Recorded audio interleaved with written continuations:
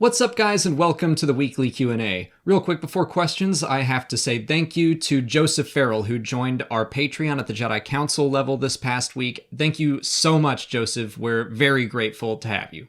And since it's Thanksgiving this week, for those of us in America, we just wanted to say thank you to all of our subscribers and viewers and all of our other patrons. Yeah, thank you to everyone that likes to come and join us on this channel and celebrate Star Wars with us. Our first question comes from Jamie Dorr, who asks why Kylo Ren refused to kill Leia on the Radis and wants to know if he deserves redemption after all that he's done. I do think that part of Kylo Ren's arc in The Last Jedi is that at the beginning, he is still pulled between the light and the dark side. When he is faced with the chance to kill his mother, he doesn't want to go through with it. And I think that part of the reason is probably because he killed his father and felt terrible about it. But over the course of the movie, I think that he chooses to go fully dark. I mean, at the end, he says to go into the Resistance base, take no prisoners, no quarter, no survivors. Mm-hmm. Like, he knows that if Leia had survived, I assume he knows that Leia survived her little spacewalk. And so he knows that he's ordering her execution. Yeah. So yeah, I think that that's just kind of part of his journey, is going from feeling conflicted to not conflicted. So you think he is like fully not conflicted anymore? At least at that point in time, yes. Because I do think that scene where he's kind of like holding back shooting in his ship, that definitely shows that he's still kind of torn. Mm-hmm. But then, of course, after everything that happened on Crate, he's like at his maximum level of anger. Yeah. So it's hard for me to tell whether or not he's gone fully, like dark side, doesn't care about anything. He could just be really, really upset at that moment after everything that happened with Luke. But we'll just have to see in episode 9. I think it could go either way. I'm choosing to interpret it as he has committed himself to being evil now. But now the question is, does he deserve redemption? And I have always kind of, or not always, but since The Last Jedi, I have found myself sitting on the side of he won't be redeemed. That's kind of the way I feel like he's been given chance after chance and he's just chosen not to. That's not to say that he won't choose to go back to the light in episode 9.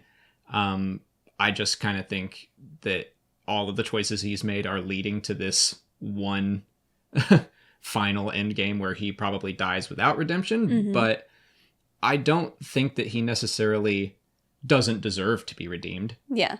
He deserves to, but I agree. Like, they might decide to show a different story where, in this case, he just doesn't quit.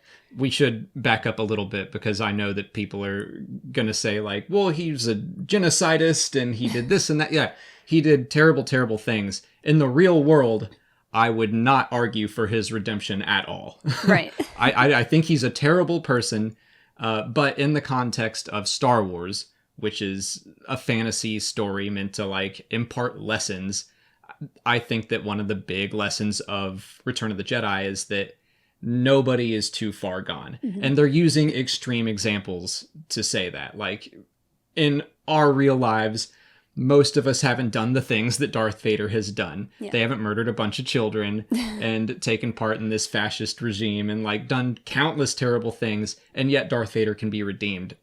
Kylo Ren is in the same boat. Mm-hmm. He's done terrible things. In Star Wars, I think that he can potentially be redeemed. In real life, neither him nor Darth Vader should have been redeemed. Vader's one little, like, I'm going to save my son in the last minute of my life. Yeah. That doesn't get him into Force Heaven in real life. But I do think that there is an argument to be made for his redemption in episode 9. Your Name and Eric McGilvray want to know if we'd prefer to see a Kenobi story told as a series or a film. I think it depends on what story they want to tell. I do think that even though it might be on hold now, or I don't know what's going on with all the standalones, I do think that they were working on one, even though they never officially announced it, a film. So, yeah, I guess if that's the story they were working on, I'd rather see it as a film. But if they say, now hold on a second, these like series we're developing are seeming to be a pretty big hit when we announce them, I mean, I think that the excitement would be high for a film or a series. And if they have a good 10-ish hour story to tell for a series, I'm all for it. Mm-hmm. But if it's just a 2-hour story, then I don't want to see them like pad things out for a series. I'd rather get a nice condensed story, but condensed could mean a tight 10 hours or Yeah. it could mean 2. Yeah, I don't know if I would like to see it as a theatrical release film, unless it had connections with, I don't know, like some of the stuff from Solo, maybe some of the crime syndicates, maybe the Hutts. Like, there would have to be a lot going on Tatooine, and for Obi-Wan to, like, do. Right. To justify a theatrical released movie. But on the streaming service, that's kind of a different story. I wouldn't mind seeing like a made for the Disney Plus service film or series. That'd be interesting. If that makes sense. I mean, yeah, they could always just do a film on the streaming service and not make it theatrically released. Yeah. I think I'd still like it to be theatrically released. I mean, Ewan McGregor deserves to be back on the big screen as Kenobi. I'd love it. I would too. I just think that, I don't know, like they would have to really have something good. Sure. Like a good story. I mean, there are like rumors around that he would, and I don't know how I feel about this, that he would leave Tatooine to try to redeem Anakin again. Which I mean, on one hand, that is compelling. On the other hand, I am like, he wouldn't leave Tatooine. But once I saw the story, I'd probably be like, that was pretty cool. Yeah. So, yeah. I mean, I could see it going either way, but I don't want it to be, if they went the series route, I wouldn't want it to be this long, drawn-out thing where I'm like, clearly this was developed as a movie, and now they've just stretched it. Yeah. If it involved Vader, I think it would do well. Yeah, no matter what. Jeremy Erod asks, what happened to Nash, Windrider, and Grand Moff Rand? Did they join the First Order, or did they become part of the Imperial Remnant? My first gut feeling when I read the question was, well, First Order. But I looked into it a little more, and I'm like, well, it could go either way. So these are characters from the book Lost Stars. Yes. And they show up at, like, the very end of the book. Right, it's like the epilogue, and they are kind of off in space, in like hidden away in this nebula. And at the time of the book's publishing, I was like, okay, clearly they're now leading into the First Order. Mm-hmm. But now that we've heard more about it, I think there's plenty of room that they could have just been off on their own, starting the Imperial Remnant and not with Rey, Sloane, and all the others. Mm-hmm. It's just that kind of, we know more now than, and even at the time, I think Claudia Gray was thinking this is for the First Order, and that could be correct, but also, I don't know, Rand might not have gotten the call or whatever to go off with Rey, Sloane, and the Eclipse, and we know that Alphabet Squadron is coming out as a book, and they could be hunting down Grand Moff Rand. Yeah. I think that'd be a cool villain, so at this point, I think it's up in the air. They could show up in the Mandalorian show. Yeah, because I think that's probably going to involve the Empire too. Mm-hmm. So yeah, there's plenty of options here. Kevin Dragos wants to know why Obi-Wan didn't take another Padawan after Anakin. I think the answer is Anakin.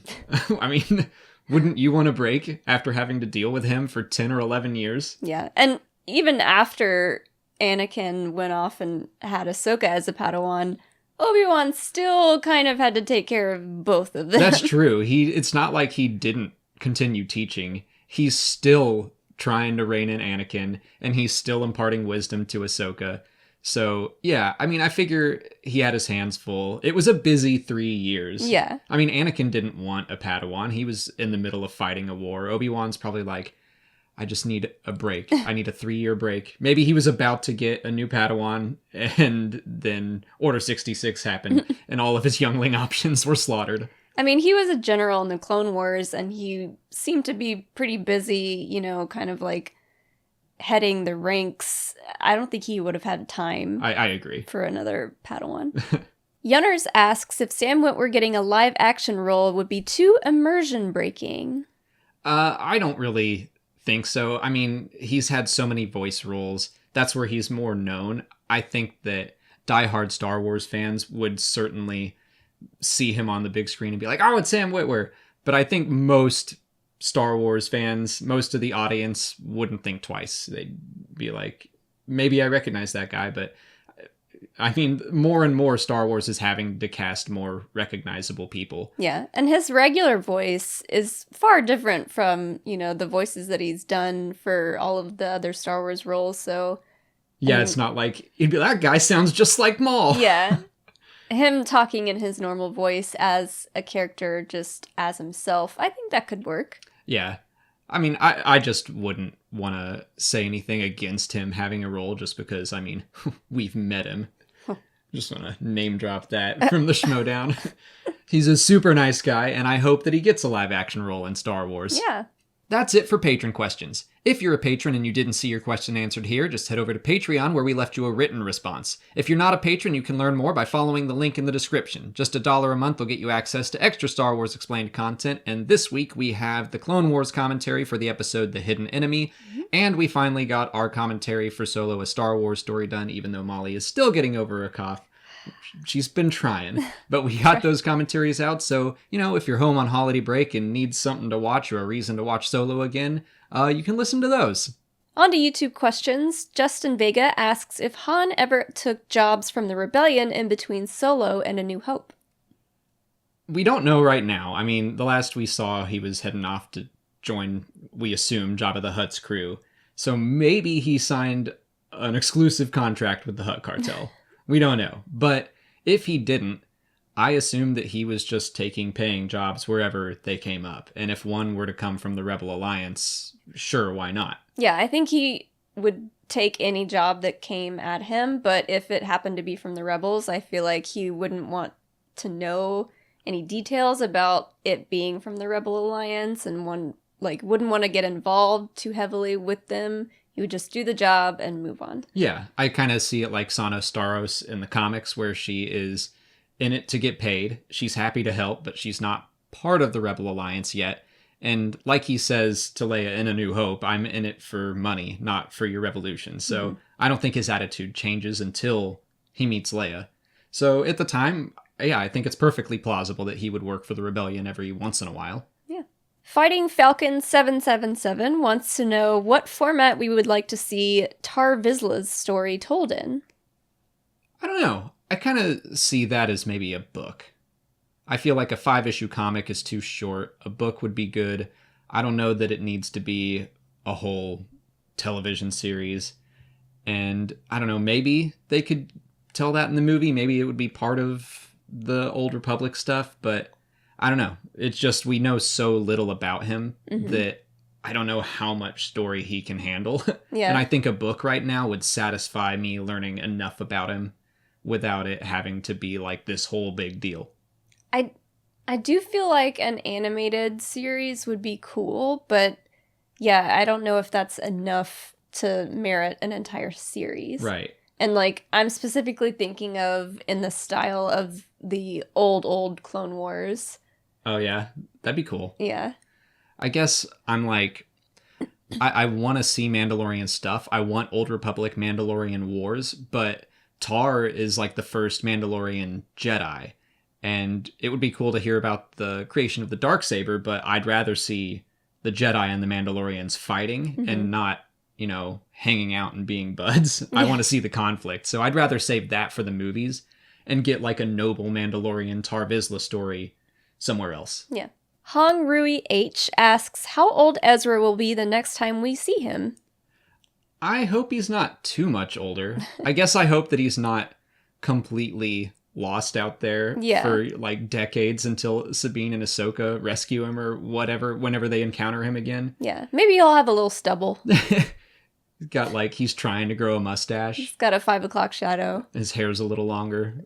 But yeah, I don't know. I don't see him showing up as like an old weathered man. I think that hopefully we get more. I mean, I'm interested in what happened to him and Thrawn immediately after the finale. Yeah, I guess it depends on how, like, aging works in wherever it is they are at the moment. So they land, like in Interstellar, they land on a planet where, well, except they aged normally and everyone else. So somehow they wound up on the opposite side of that effect.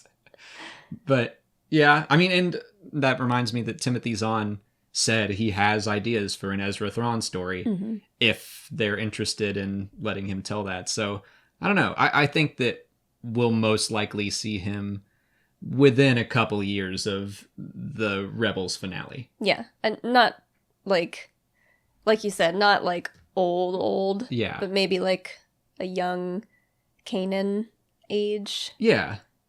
Just like stop with the DJ as Ezra theories, and Yeah. I think that we're gonna keep him younger. Yeah.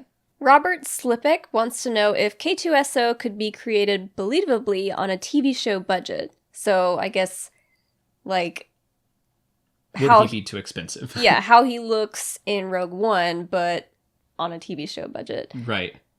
I guess I don't think that would be an issue. Yeah. If they were to create Tarkin for every episode, I think that would be a little much. But Yeah. I don't know. I feel like at this point, he would be fine. I think they could do it. I just think maybe he would be in it less. Yes, I do agree with that. I think that in my head right now, the show is going to start before they ever meet. Because, like I said last week, I think the show or the comic already showed how they met, and it isn't all that long before Rogue One. And also, they've said that the Cassian show is going to be more in the early days of the rebellion. So, yeah, K2 might not be in it until near the end of the series, or like maybe it'll show up at the end of season 1, and then they'll be like, okay, how much interest is there in a season 2?